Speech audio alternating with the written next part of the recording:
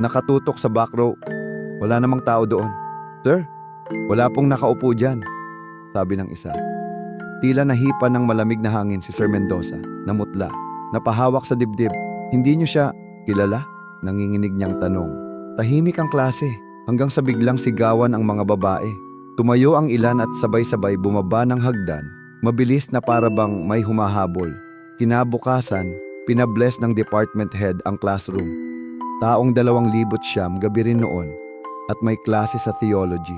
Si Alexa, accounting student, ay nagpaalam saglit para mag-CR sa D building. Madami ng kwento tungkol sa lugar pero hindi siya naniniwala sa multo. Pagpasok pa lang niya, malamig na at mabigat ang pakiramdam.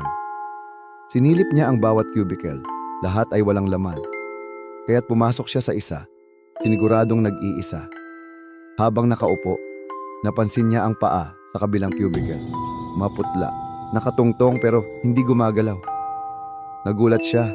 Wala namang pumasok.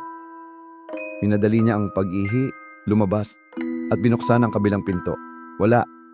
Tumayo siya sa harap ng salamin. Naghuhugas ng kamay. Bigla, nag-flash ang ilaw sa loob ng cubicle.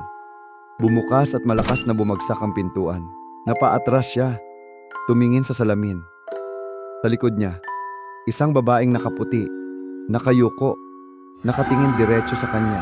Pero ang mukha ay wala, kundi itim na kawalan.